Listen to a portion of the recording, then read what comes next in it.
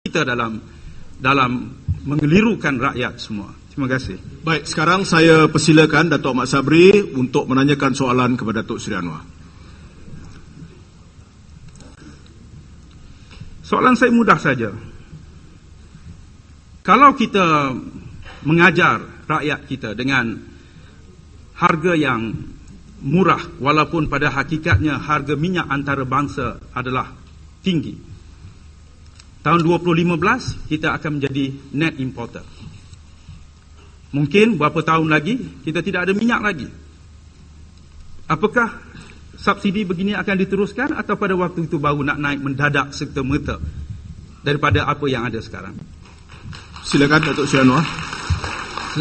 Terima kasih. Sekurang-kurangnya soalan tu kemudian balik kepada maudhu.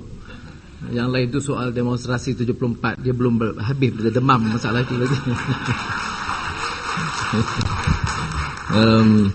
Saudara,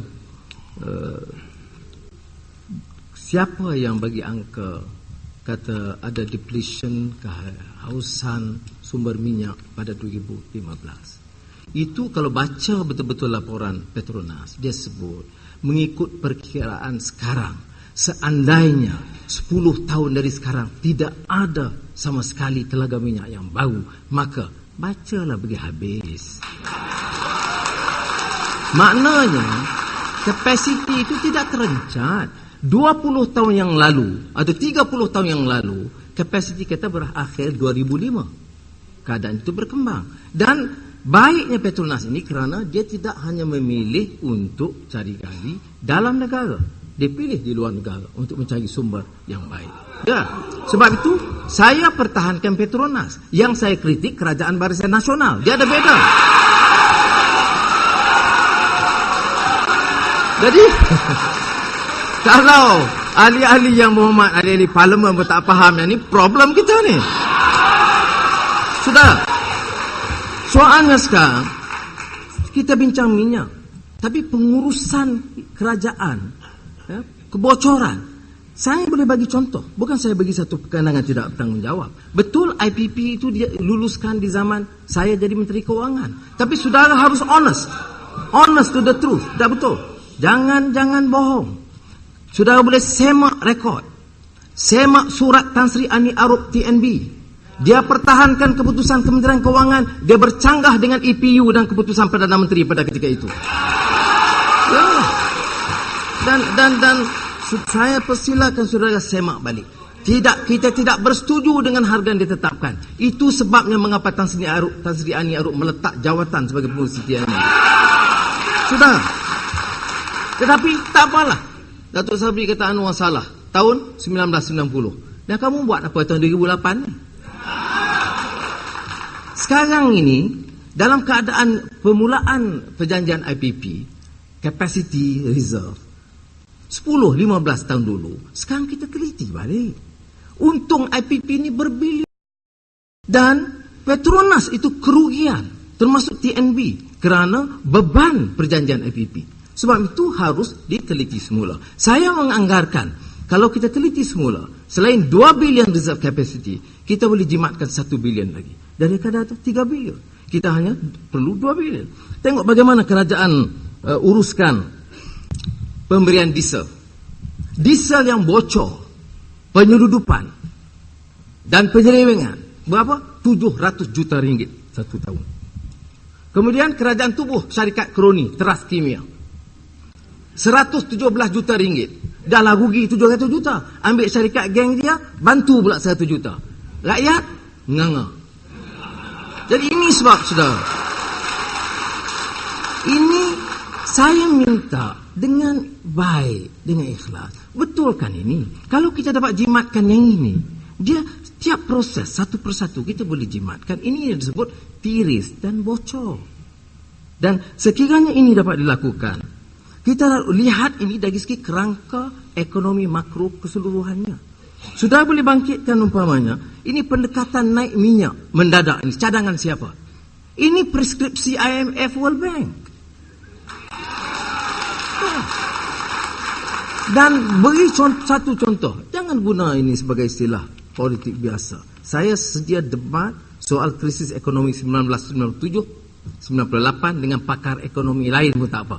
Tetapi dengan syarat bagi ruang bahawa adalah satu fitnah besar, seperti fitnah berterusan terhadap saya, bahawa kita tunduk kepada preskripsi IMF. Sudah? Tidak mengapa. Soalnya sekarang kita beri satu kebocoran yang saya sebutkan tadi.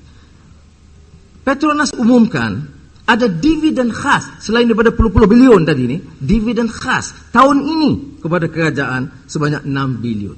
Tak bolehkah saya ambil 1 bilion untuk tampung supaya kos minyak turun 50 sen? Apa bagi ahli yang berhormat, berat sangat ke Allah, bagaimanakah dapat ku bayangkan kerajaan nak berikan 1 bilion, 1 bilion untuk redakan masalah ini. Saudara percayalah, 2 bulan, 3 bulan sekarang, ini bukan soal pandangan Pakatan Rakyat. Ya, Pakatan Rakyat itu satu wadah. Ini soal rakyat. Kalau kita teruskan dengan kebijakan ekonomi ini, apa yang akan berlaku ialah kemelesetan, pengangguran yang sekarang 1,5 juta akan mencecah hampir 1 juta orang. Ini beban kepada rakyat. Terima kasih Datuk Seri. Saudara penonton yang saya hormati sekalian, demikian tadi berakhirnya segmen yang kedua malam ini, dan kita akan bertemu lagi selepas pesanan iklan ini. Jangan ke mana-mana.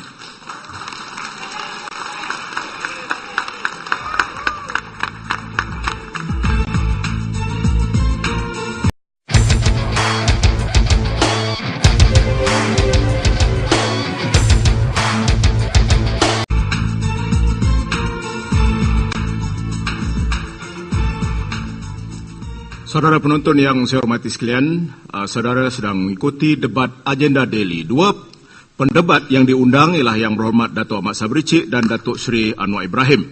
Dan judul perdebatan kita ialah hari ini bentuk kerajaan, esok turun harga minyak. Kita sampai kepada pusingan yang kedua terakhir, dan saya akan mengemukakan soalan ini pertamanya kepada Datuk Seri Anwar dan kemudian akan dijawab oleh Datuk Ahmad Sabri Cik. Soalan saya ialah, Datuk Seri, rasanya tak perlulah jadi Perdana Menteri untuk membantu meringankan beban rakyat. Kenapa tak sumbangkan idea bernas untuk tujuan itu pada masa ini, tanpa perlu misalnya cakap-cakap mengenai menukarkan kerajaan? Silakan. Terima kasih. Ini yang sebab saya ikut serta ni. Saya bukan Perdana Menteri.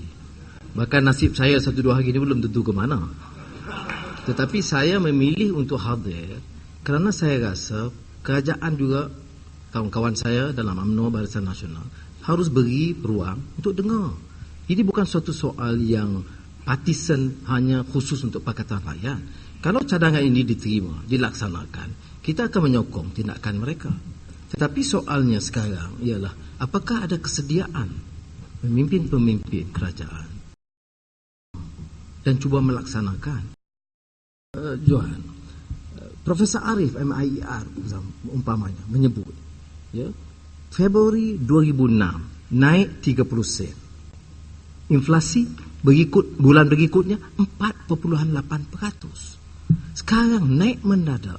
Baru belum sempat 1 bulan naiknya 8%. Jadi jangan duk sibuk perhatikan Iran dengan Venezuela. Kita pun dah menuju cepat ke arah itu. Bezanya, dia harga minyak rendah, inflasi tinggi. Kita harga minyak tinggi, inflasi lagi tinggi. Ini bukan boleh sudah kata populis atau tidak. Saya bimbang kerana kalau kita tidak membawa arah baru dalam pengurusan ekonomi negara, lebih baik